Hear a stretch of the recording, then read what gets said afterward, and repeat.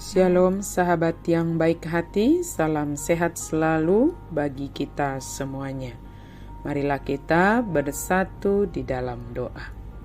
Kasih karunia dan damai sejahtera dari Allah Bapa dan dari anaknya Tuhan Yesus Kristus kiranya menyertai kamu sekalian.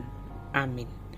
Firman Tuhan bagi kita pada hari ini tertulis dalam Galatia 6 ayat 9. Janganlah kita jemu-jemu berbuat baik, karena apabila sudah datang waktunya, kita akan menuai jika kita tidak menjadi lemah. Alai unang marnalo jahita mabain nadinggan. Aina manggotil dohita muse di tikinai. Anggo sopargale hita nuai. Janganlah jemu-jemu berbuat baik. Dalam keadaan saat ini, menjelang pemilu, kita bisa membaca atau menerima banyak informasi yang kebenarannya tidak dapat kita jamin, tidak dapat kita pastikan.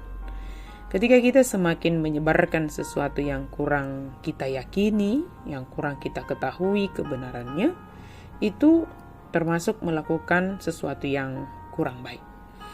Perkembangan dan penyebaran informasi yang tidak bisa kita batasi, yang tidak bisa kita hempang, seyogianya kita respon dengan senantiasa melakukan dan menyebarkan kebaikan dan kebenaran.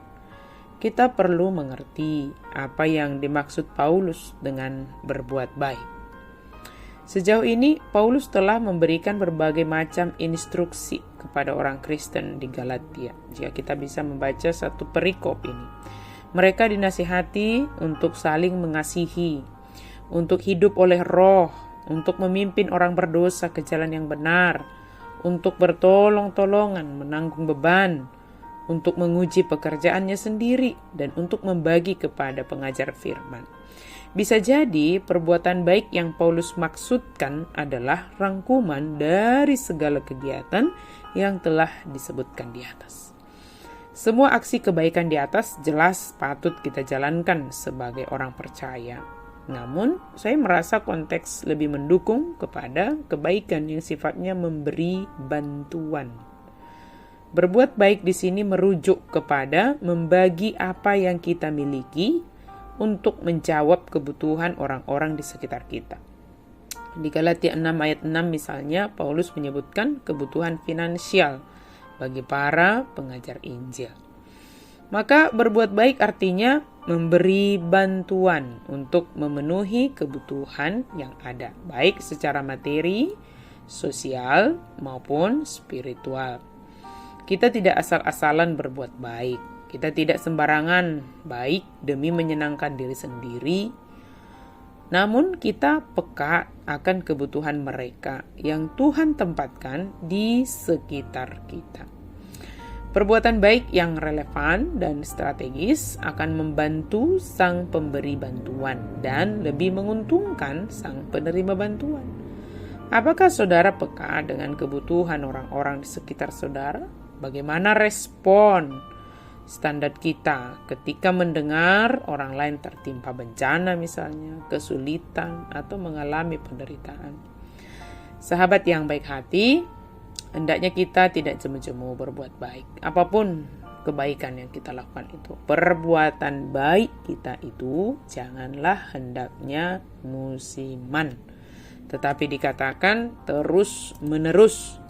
Karena tiba saatnya kita akan menuai apabila kita tidak menjadi lemah. Dan kita ingat perbuatan baik yang kita lakukan itu adalah hal yang kita terima dari Allah, sumber kebaikan dalam hidup kita. Ketika sekeliling kita saat ini dipenuhi dengan sesuatu yang kurang baik, maka marilah kita hadir membawa kebaikan bagi sekeliling kita. Selagi masih ada waktu, senantiasalah berbuat baik. Selagi masih ada waktu, tebarkanlah kasih kepada sesama, kepada orang-orang yang ada di sekitar kita dengan ikhlas dan senang hati. Maka Allah yang Maha Tahu, yang mengetahui motivasi kita, akan melihat dan menghargai setiap perbuatan baik kita itu. Perbuatlah kebaikan dan buahkanlah kebaikan dalam hidup ini.